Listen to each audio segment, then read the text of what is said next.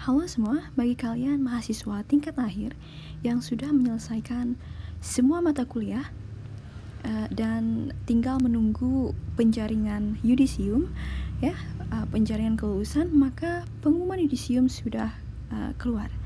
Nah, di sini kita bisa cek di myut.ut.ac.id dan di bagian yudisium, ya, di sini kita klik aja. Aku juga mau cek nama aku apakah udah terjaring atau belum. Nah, di sini kalian bisa masukkan data alumni, kemudian masukkan aja NIM, tanggal lahir, dan sebagainya. Nah, tadi aku cek nama aku ternyata belum keluar, dan keluar tulisan ini, ya, menu belum dapat digunakan, sedang dalam proses penjaringan kelulusan. Maka kalian jangan khawatir karena ini masih dalam proses penjaringan secara bertahap, ya. Jadi kalian cek secara berkala aja, 1 jam mendatang mungkin, 2 jam mendatang mungkin, tapi dipastikan nama kalian akan keluar. Nah, jadi kita pastikan cek secara berkala di website ini untuk mengetahui apakah SK yudisium kita udah keluar. Nah, di sini aku cek lagi, siapa tahu kali ini sudah keluar. Nah, di sini nanti akan tercantum nama kamu, kemudian di sini tertulis periode kelulusan masa 2023-2. Anda sudah terjaring dalam calon lulusan dan sedang dalam proses penomoran ijazah nasional atau PIN. Periksa kembali ejaan nama, tempat lahir, tanggal lahir, dan NIK serta data lainnya pada halaman sia.ut.ac.id agar tidak terjadi kesalahan dalam pencetakan ijazah. Nah, seperti sebelumnya sudah ditekankan bahwa perubahan data tidak dapat dilakukan ketika sudah terjaring yudisium dan mendapatkan nomor ijazah.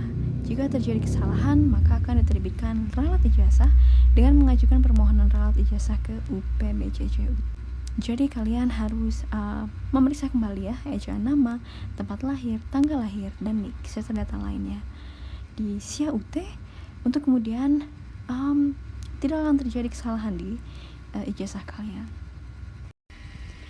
Nah, jadi bagi kalian yang sudah keluar data yudisiumnya, maka di sini kita sedang dalam proses penomoran ijazah nasional. Adapun penomoran ijazah ini itu dilakukan agar ijazah kita nanti dapat diverifikasi dan disahkan keabsahannya melalui sistem verifikasi ijazah secara elektronik atau sivil.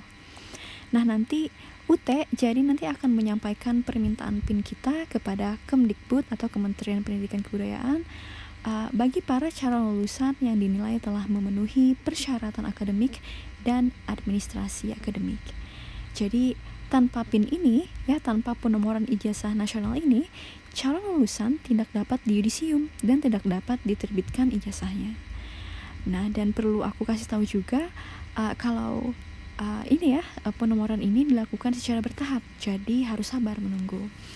Nanti UT juga akan menghubungi kalian jika ada data atau administrasi akademik kalian yang belum terpenuhi atau misalnya yang perlu diverifikasi kelengkapannya gitu, ya.